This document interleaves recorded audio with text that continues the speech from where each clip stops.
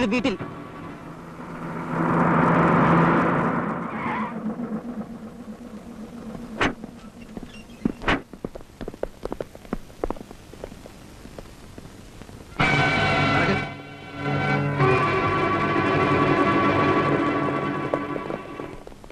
എവിടെയാണ് ഒളിപ്പിച്ചു വെച്ചിരിക്കുന്നത്? കാണിച്ചു കൊടുക്കണം. സെർച്ച്. ഒരു സ്ഥലവും വിട്ടുപോരും. വീട് കയ്യേറി കൊള്ള ചെയ്യാൻ അഭാവമെങ്കിൽ കൊള്ളല്ല. താൻ ഗോവയിലേക്ക് അയച്ച എന്റെ ബാക്കി വല്ലതുകൊണ്ടൊന്ന് പരിശോധിക്കാൻ. നടക്കണോ?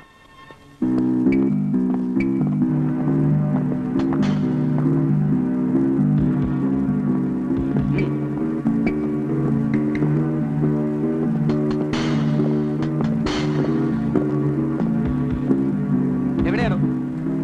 ഇവിടെ സാർ,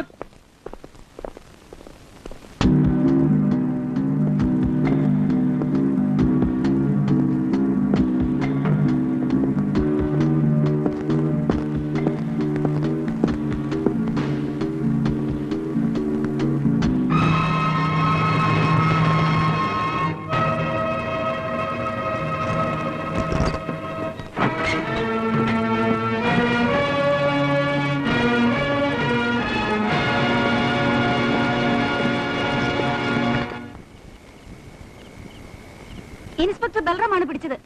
നിങ്ങൾ അവന്റെ സീനിയർ ഓഫീസർ അല്ലേ? അവൻ വഴങ്ങില്ല മാഡം. പണം കൊണ്ടവനെ വശീകരിക്കാൻ ഒക്കൂല. മണി പവറും മസിൽ പവറും തോറ്റെടുത്ത് മാഡം വിജയിച്ചിട്ടുണ്ട്. ഞാനൊന്ന് നോക്കട്ടെ.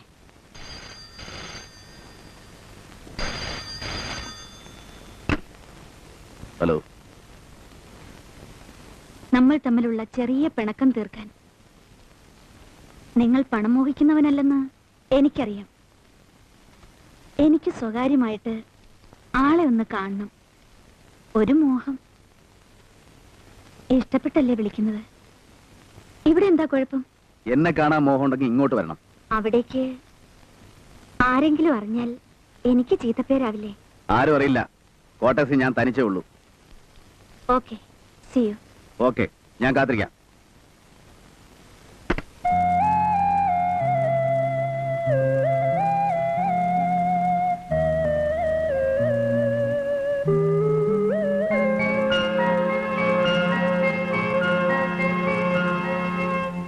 ഇരിക്കൂ. നിങ്ങളുടെ മകൾ ഇവിടെ പഠിക്കുന്നുണ്ടല്ലോ, അമൃത. യെസ്. എന്താ? പറയുമ്പോ വിഷമം തോന്നരുത്. നിങ്ങൾ മകളുടെ ടീച്ചർ വാങ്ങിക്കണം. എന്തിന്? മിസ്റ്റർ, പണത്തിന് വേണ്ടിയല്ല ഞാൻ ഈ സ്ഥാപനം നടത്തുന്നത്. ഈ ഇൻസ്റ്റിറ്റ്യൂഷൻ ഒരു സ്റ്റാറ്റസ് ഉണ്ട്. ഒരു കുട്ടിക്കാരൻ അത് നശിക്കാൻ ഞാൻ അനുവദിക്കില്ല. വളർത്തിയിട്ടാതെ കാര്യം പറയണം.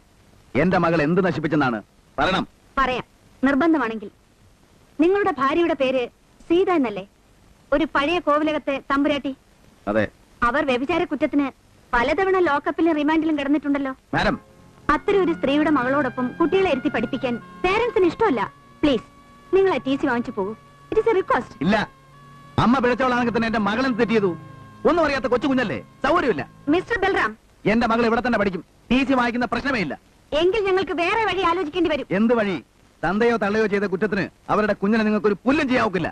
ആവശ്യമില്ലാതെ എന്റെ മകളുടെ പേര് നടപടിയെടുത്താൽ നിങ്ങൾ ഞാൻ കോടതി കയറ്റും. കോടതി നിയമമൊക്കെ ഞങ്ങൾക്കും അറിയാം മിസ്റ്റർ. കാണാം.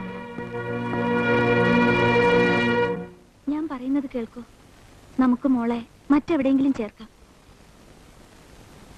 ആവശ്യമില്ലാതെ എന്തിനാ ഈ വഴക്ക്? സീതേ, മതി. ഇനി അത് ആവർത്തിക്കണ്ട. നിങ്ങളുടെ ഈ വാശിക്കിടയിൽ ദുരിതം അനുഭവിക്കുന്നത് എന്റെ മോളാ. ക്ലാസ്സിൽ അവളെ മാറ്റി നിർത്തുന്നു. മറ്റു കുട്ടികളെ അവളോടൊപ്പം കളിക്കാനോ മിണ്ടാനോ പോലും ടീച്ചർമാർ സമ്മതിക്കുന്നില്ല. ഇതൊക്കെ മോള് വന്ന് കരഞ്ഞു പറയുന്നത് എന്നോടാ. ബുദ്ധി ഉറയ്ക്കാത്തൊരു കുഞ്ഞിനോട് ഇങ്ങനെ പകവയ്ക്കുന്ന ആളുകളുടെ ഇടയിലേക്ക് എന്തിനാ മോളെ അയക്കുന്നത്? അയക്കണം. ആ മാഡം നിന്നെ പറ്റി എന്റെ മുഖത്ത് നോക്കി പറയുന്ന മുഴുവൻ കേട്ട് സഹിച്ചവനാ ഞാൻ. ഉള്ളതല്ലേ പറഞ്ഞുള്ളൂ. ഞാൻ മോശപ്പെട്ട് ജീവിച്ചവളാണ്. വേശ്യാന്ന് വിളിച്ചാൽ പോലും തെറ്റില്ലല്ലോ. എന്തിനാ നീ തന്നെ എപ്പോഴും ഇതിങ്ങനെ വിളിച്ചു പോകുന്നത്? ഞാൻ ചെയ്ത പാപത്തിന്റെ ഫലം ഒരു ശാപം പോലെ മറ്റുള്ളവർ കൂടി അനുഭവിക്കേണ്ടി വരുമ്പോ അതെനിക്ക് സഹിക്കാൻ കഴിയുന്നില്ല. ഞാൻ സഹിച്ചോളാം എന്തും. എന്നാൽ ഈ അമ്മ കാരണം ദിവസവും ഒരുങ്ങി നശിക്കുന്ന ആ കുഞ്ഞിനെ കാണാൻ എനിക്ക് വയ്യ. നിർത്തുന്നുണ്ടോ നിന്റെ കരച്ചിലും പിഴിച്ചിലും? എന്താ നിനക്കിപ്പോ വേണ്ടത്? കുഞ്ഞിനെ അവിടെ നിന്ന് മാറ്റണം അല്ലേ? കൊണ്ടുപോയി ചേർത്തോ. ഏത് നരകത്തിലായാലും വിരോധമില്ല. തീർന്നില്ലേ?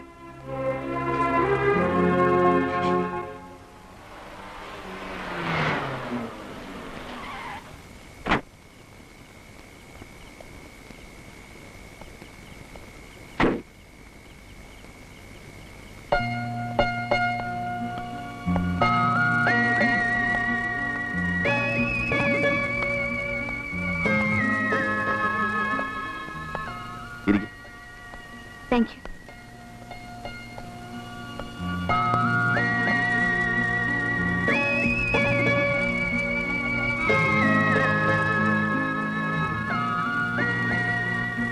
മാഡം കുടിക്കില്ലേ?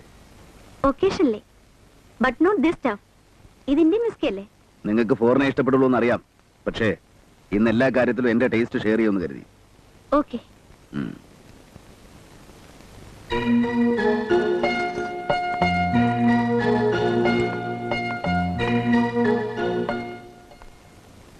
നിങ്ങളുടെ ഒരു സഹായം എനിക്ക് വേണം. സഹദേവനെതിരെ ചാർജ് ചെയ്ത കേസിൽ എന്റെ പേര് വരരുത്. ഇല്ലെങ്കിൽ അനവധി കുട്ടികൾ പഠിക്കുന്ന ഒരു സ്കൂളിന്റെ സ്റ്റാറ്റസ് അത് കാരണം നശിക്കാനിടയാവും. സ്റ്റാറ്റസ്? എന്താ നിങ്ങൾ? ഏയ്, ഒരു പഴയ കഥ ഓർക്കാൻ. 9 നാടുവാണ ഒരു കോവിലകത്തെ തമ്പുരാട്ടിക്കുട്ടി കുടുംബം പട്ടിണിയായപ്പോ ഒരു ജോലി തേടി തിരുവനന്തപുരത്ത് പോയ കഥ. താൻ വിശ്വസിച്ച് ആരുടെ ഒപ്പം പോയോ ആ നേതാവ് അവളെ ചതിച്ചു. പലരും ചേർന്ന് അവളെ ബലാത്സംഗം ചെയ്തു. എല്ലാം നഷ്ടപ്പെട്ട അവൾക്ക് പിന്നീട് ജീവിക്കാൻ വ്യഭിചാരം തൊഴിലാക്കേണ്ടി വന്നു. കുടുംബത്തൊരു നേരമെങ്കിലും ആഹാരം ഉണ്ടാക്കി കൊടുക്കാൻ. അവളെ പഴി പറഞ്ഞ നിങ്ങൾ പണവും ഐശ്വര്യവും ആവശ്യത്തിലേറെ ഉണ്ടായിട്ടും അതേ തൊഴിൽ എന്തിന് ഇങ്ങോട്ട് ഇറങ്ങി തിരിച്ചു? ഇത് പറയാനാണോ താൻ എന്നെ ഇങ്ങോട്ട് ക്ഷണിച്ചത്? അല്ലാതെ നിന്റെ സൗന്ദര്യം കണ്ടിട്ടാണെന്ന് കരുതിയോ? എടോ, തനിക്കെന്നെ ശരിക്കും അറിയില്ല. ഉവ്, ഇടുക്കിക്കാര് ജാനു 17-ാം വയസ്സിൽ ബോംബെക്ക് പോയി മാമോസാമുക്കി മേരിയായത്, അവിടെ ശരീരം വിറ്റ് കഴിഞ്ഞത്, അവിടെ നിന്ന് അബ്ദുറഹിമാൻ എന്ന കള്ളക്കടത്തുകാരനോട് ഗൾഫിലേക്ക്. ഇതിന് പകരം ഞാൻ നിന്നോട് ഒരു പുല്ലും ചെയ്യാൻ നോക്കില്ല. ഈ കേസിൽ സഹദേവനോടൊപ്പം നിന്റെ മുഖം മൂടി ഞാൻ വലിച്ചു കയറും. നമുക്ക് കാണാം. ആ, കാണാം.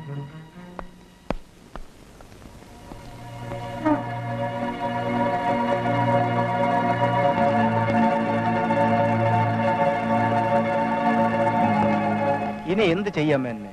നമുക്ക് അപ്പീലിന് ശ്രമിക്കാം. മിസ്റ്റർ സഹദേവനെ സബ് ജയിലിലേക്ക് കൊണ്ടുപോകുമ്പോ നിങ്ങൾ കൂടെ വരണം.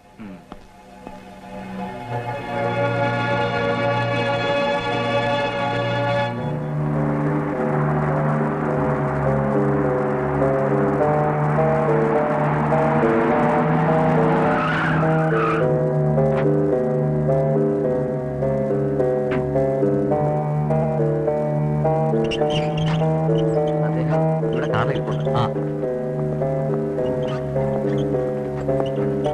സൂപ്രണ്ട് സാറ് വന്നു. ഹലോ.